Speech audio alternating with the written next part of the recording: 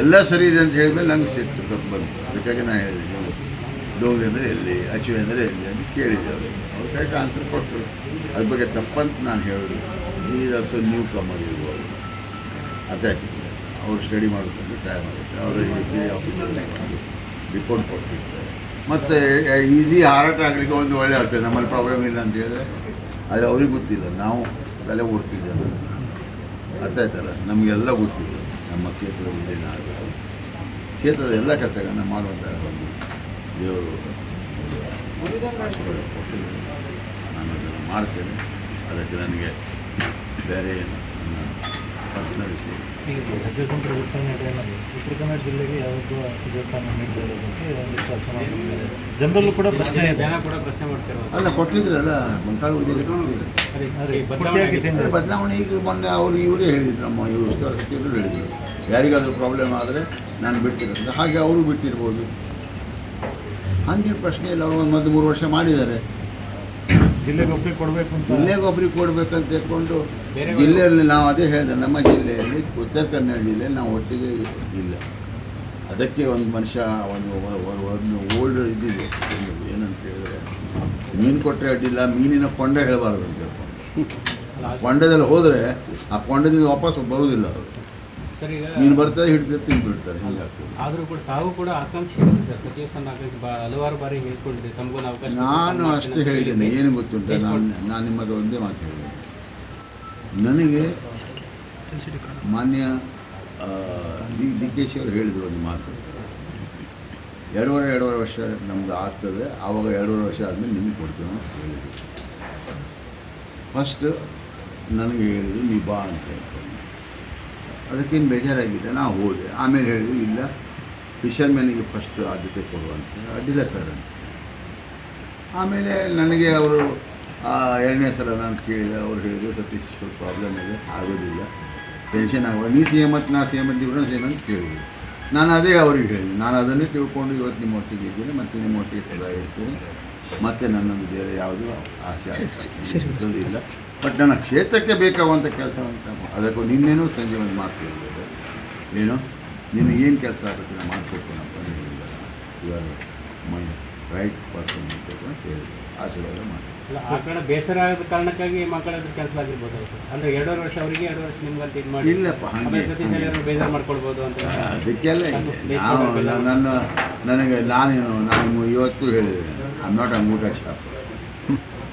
ಅರ್ಥ ಆಯ್ತಲ್ಲ, ನಾನು ಹಾಗೆ ಅಷ್ಟು ಬೇಜಾರಾಗುವಂಥ ಮನಸ್ಸು ನಂದಿದ್ರೆ ನಾನು ಯಾವಾಗಲೂ ಹೇಳ್ತಿದ್ದೆ. ನಿಮ್ಮ ಒಂದರ ಸೆಂಟೆನ್ಸ್ ನೋಡಿದ್ರೆ, ಒಂದು ಸ್ಟೇಟ್ಮೆಂಟ್ ನೋಡಿದರೆ ಸರಿ. ಸಚಿವ ಸಂಪುಟ ಈಗೇನು ವಿಸ್ತರಣೆ ಆಗಿದೆ, ಮತ್ತು ಅವರು ಪಾಪ 2 ದಿವಸದ ಟೂರ್ ಇಟ್ಕೊಂಡು ನನಗೆ ಕಾಣ್ತದೆ ಜಿಲ್ಲೆಯಲ್ಲಿ ಪ್ರಥಮವಾಗಿ ಎಲ್ಲ 6 ಕ್ಷೇತ್ರದಲ್ಲಿ ವಿಸಿಟ್ ಮಾಡೋದು ಅಂತ ಹೇಳಿದ್ರೆ ನಮ್ಮ ಈಗ ಉಸ್ತುವಾರಿ ಸಚಿವರಾಗಿದ್ದಾರಲ್ಲ ಅವರು is A very well knowledge person. ಮತ್ತು ಇವತ್ತು ಅವರು ಎಲ್ಲ ನಮ್ಮನ್ನು ಕರೆದು ಮೀಟಿಂಗ್ ಮಾಡಿಸಿ ಅದ್ರ ಬಗ್ಗೆ ಎಲ್ಲ ನಾಲೆಜನ್ನು ಕೇಳ್ಕೊಂಡಿದ್ದಾರೆ ಮತ್ತು ಅದನ್ನು ರಿಪೋರ್ಟ್ ಮಾಡ್ತಾರೆ. ಮತ್ತು ನಮ್ಮ ಕಾರವಾರದಲ್ಲಿ ಇವಾಗ ನಾನು ಹೇಳಿದ್ದೇನೆ, ಹೆಬ್ಬಾರವರು ಶ್ರೀ ಸಿದ್ಧ ಯಾವುದು ನಮ್ಮ ಯಲ್ಲಾಪುರ ಹೇಳಿದ್ದಾರೆ, ನಮ್ಮ ಭೀಮಣ್ಣ ನಾಯ್ಕರು ಅವರು ಸಿ ಬಗ್ಗೆ ಹೇಳಿದ್ದಾರೆ, ದಿನಕರ್ ಶೆಟ್ಟಿ ಬಂದಿದ್ದರು, ಅವರು ಕುಮಟಾ ಬಗ್ಗೆ ಹೇಳಿದ್ದಾರೆ, ಗಣಪತಿ ಅಣ್ಣ ಅವರು ಬಂದಿದ್ದಾರೆ, ಅವರು ಧಾರವಾಡ ಬಗ್ಗೆ ಮಾತಾಡಿದ್ದಾರೆ.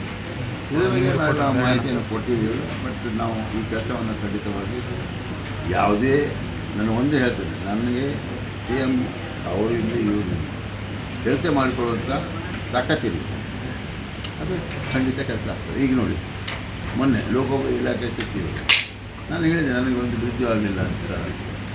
ಯಾವ ಬ್ರಿಡ್ಜ್ ಮಾಡಬೇಕು ನಾನು ಹೇಳಿದೆ, ಈ ಬೆಲೆಕೆರೆಯಿಂದ ಹರವಾಡ, ಯಾಕಂತ ಹೇಳಿದರೆ ಮುದ್ಗಾದಿಂದ ಹೋದರೆ ನಾವು ಎಲ್ಲಿ ತನಕ ಹೋಗ್ಬೋದು, ಗೋಕರ್ಣ ತನಕ ಹೋಗ್ಬೋದು. ನಾನು ಆದಷ್ಟು ಟೈಮ್ ಸೇವಿಂಗ್, ಪಾಲ್ಯೂಷನ್ನು, ಆಮೇಲೆ ಮೇನ್ ಅಂದರೆ PLC ಅದನ್ನು ನೋಡ್ತೇನೆ, ಮತ್ತು ಕನೆಕ್ಟಿವಿಟಿ. ಇದ್ರ ಬಗ್ಗೆ ಆ ಬ್ರಿಡ್ಜನ್ನು ಈಗ 30 ಕೋಟಿಯನ್ನು ಸಂಖ್ಯೆ ಮಾಡ್ತೇನೆ. ಅದು ಇಮಿಡಿಯೇಟ್ಲಿ ಮುಖ್ಯಮಂತ್ರಿಗಳು ಕಳಿಸ್ತೇನೆ, ನಮ್ಮ ಲೋಕೋಪಯೋಗಿ ಇಲಾಖೆಯ ಸತೀಶ್ ಜಾರಕಿಹೊಳಿ ಸಾಹೇಬರು ಬರ್ತಾರೆ, ಆಮೇಲೆ ಜಿಲ್ಲಾ ಉಸ್ತುವಾರಿ ಸಚಿವರು ಬರ್ತಾರೆ. ಮಾಡ್ತೇವೆ ಆದಷ್ಟು ಕೆಲಸಗಳನ್ನ ಮಾಡ್ತೇವೆ. ಕೆಲಸದಲ್ಲಿ ಯಾವುದೇ ಮಿನಾಮಿಷವಿದೆ ಮತ್ತು ಯಾವುದೇ ಏನು ಪಕ್ಷಾತೀತವಾದ ಕೆಲಸ, ಪಕ್ಷದ ವಿರೋಧಿ ಚಟುವಟಿಕೆ, ನಮ್ಮದೇ ಪಕ್ಷಗಳ ಜನರಿಗೆ ಹೆಲ್ಪ್ ಆಗಬೇಕು, ಬೇರೆ ನಾವು ಎಲ್ಲಿ ಕೆಲಸ ಮಾಡಬೇಕು ಅಲ್ಲಿ ಕೆಲಸ ಸರ್ ಈಗ ಈ ಸಭೆಯಲ್ಲಿ ಅಧಿಕಾರ ಬೇರೆ ಕೆಲಸ ಆ ರೀತಿ ಹೌದಾ? ಬಿ ಜೆ ಪಿ ಬೇರೆ ಕೆಲಸ ಏನಿದೆ? ಈಗ ದಿನಕರ್ ಶೆಟ್ಟಿ ಹೇಳೋದಿಲ್ಲ, ಅವ್ರು ಮಾಡ್ತಾರೆ. ರೋಡ್ ಅವ್ರು ಮಾಡ್ಲಿಕ್ಕೆ ಹಾಕ್ಕೊಳ್ಳೋದಿಲ್ವ? ಪೇಮೆಂಟ್ ಕೊಟ್ಟದ್ದೇನಲ್ಲ ಈ ಸಭೆ. ಪೇಮೆಂಟ್ ಯಾರು ಪೇಮೆಂಟ್ ಕೊಡ್ತಾರೆ? ಎಲ್ಲ clear and clean sheet of Karnataka. ಅದ್ರ ಮತ್ತು ಬೇರೆ ಪ್ರಶ್ನೆನೇ ಇಲ್ಲ. ನಾವು 72 days ವರ್ಕ್ ಮಾಡಿಲ್ವ ಗಂಗಾವಳಿಯಲ್ಲಿ? ನನಗೆ ಕೊಡಬೇಕಿತ್ತಲ್ಲ ಅಂತ ನಾನು ಅಲ್ಲಿ ಇದು ಮಾಡಬೇಕಿತ್ತ? ಇಲ್ಲ, 72 days ಏನು ಗೌರ್ಮೆಂಟೇ 30 ದಿವಸ ಕ್ಲೋಸ್ ಮಾಡಿದ್ದು. ನಾನು ಪರ್ಮಿಷನ್ ತೊಗೊಂಡು 42 days I have in water. ಅಲ್ಲ, ಆ ಬೇಜಾರು ನಿಮಗಿಲ್ವ ಅಂತ? ಬೇಜಾರಿಲ್ಲಪ್ಪ. ನಾನು ಇವತ್ತು ಹೇಳ್ತಾನಲ್ಲ, ನಾನು CM ಕಾರವಾರ CM ನಾನು ಇವತ್ತು ನನಗೆ ರೈಟ್ ಯಾರು ಕೊಟ್ಟಿದ್ದಾರೆ? ನಮ್ಮ CM. ಅರ್ಥ ಆಯ್ತಲ್ಲ ಸರ್? ಇನ್ನೊಂದು ಧಾರವಾಡದ ಶಾಲೆ ಬಗ್ಗೆ ಇಮ್ಮಿಡಿಯೇಟ್ಲಿ 30 ಲಕ್ಷ ಹಾಕ್ಸಿದ್ದೇನೆ. ಮತ್ತೆ ಕಡಿಮೆ ಬಿದ್ದರೂ ನಾನು MLA ಫಂಡ್ನಲ್ಲಿ ಹಾಕ್ಕೊಡ್ತೇನೆ. I am not waiting for any. ಯಾವಾಗ ನಮ್ಮ MCAದಿಂದಲೂ 1 ಕೋಟಿ ಕೇಳಿದ್ದೇನೆ. ಅದರಲ್ಲೂ ತೊಗೊಂಡಿದ್ದೇನೆ, 25 ಲಕ್ಷ ತೊಗೊಂಡಿದ್ದೇನೆ. ಅದನ್ನು ಹಾಕ್ಕೊಡ್ತೇನೆ. ಸರ್, GPS ಎಲ್ಲ ಮಾಡ್ತಾ ಇದ್ದಾರೆ. ನಾನು ಒಂದು ಹೇಳ್ತೇನೆ, ನಮ್ಮ ಏರಿಯಾದಲ್ಲಿ ಸ್ಕೂಲ್ ಹಾಳಾಗಲಿಕ್ಕೆ ಬಿಡುವುದಿಲ್ಲ, ಮಕ್ಕಳ ಭವಿಷ್ಯ ಹಾಳಾಗಲಿಕ್ಕೆ ಬಿಡುವುದಿಲ್ಲ. ಮಕ್ಕಳ ಭವಿಷ್ಯ ಒಳ್ಳೆ ಆದರೆ ಒಳ್ಳೆ, ನಮಗೆ ಒಳ್ಳೆ, ಮಕ್ಕಳು ಮುಂದೆ ಬರಬೇಕು. ಒಂದೇ ಒಂದು ಮನಸ್ಸಿಗೆ ನೋವು ಉಂಟು, ಇಲ್ಲಿ ಇಂಡಸ್ಟ್ರಿ ಬರುವುದಿಲ್ಲ. ಇಂಡಸ್ಟ್ರಿ ಬರಲಿಕ್ಕೆ ನಮಗೆ ಜನರು ತೊಂದರೆ ಮಾಡ್ತಾರೆ. ಇಂಡಸ್ಟ್ರಿ ಬರಲಿಕ್ಕೂ ಜನರು ತೊಂದರೆ ಮಾಡ್ತಾಯಿದ್ದಾರೆ. ಎಲ್ಲವನ್ನ ಸ್ವಲ್ಪ ಸ್ವಲ್ಪ ಸ್ಯಾಕ್ರಿಫೈಸ್ ಮಾಡಿ ಅರ್ಥ ಆಯ್ತಲ್ಲ. ಮನೆ ಮುಂದೆ ಎಲ್ಲ ಮಾಡ್ತಾರೆ. ಧಾರವಾಡ ಮುದ್ಗ ಬ್ರಿಡ್ಜ್ ಕುಸಿದಿದ್ದು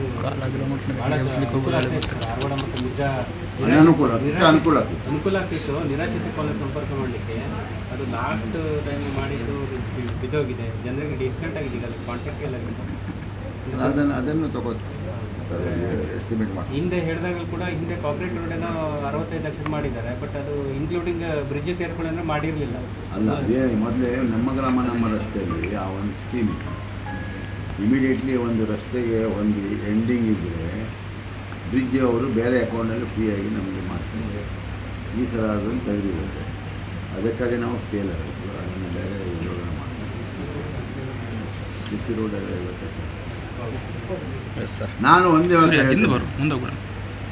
ನಾವು ಹೋದ ಸಂಪುಟದಲ್ಲಿ ನಾವು ನಮ್ಮ ಸರ್ಕಾರ ಬಂದಿದ್ದಾಗ ಏನು ಹಾಕಿದ್ದೀವಲ್ಲ ಅದಕ್ಕಿಂತ ಹೆಚ್ಚಿನ ಹಣ ತಂದು ತೋರಿಸ್ತಾರೆ. ಚಾಲೆಂಜ್ ಮಾಡಿ ಬೇಕಾದ್ರೆ ಅವ್ರು ಬೇಕಾದ್ರೆ ಯಾರು ನಮ್ಮ ಅಪೋಸಿಟ್ ಯಾರು ಇದ್ದಾರಲ್ಲ ಅವರು ಹಿಂದೆ ಮಾಡಬಾರ್ದು, ಮುಂದೆ ಬಂದು ಮಾತಾಡೋದು.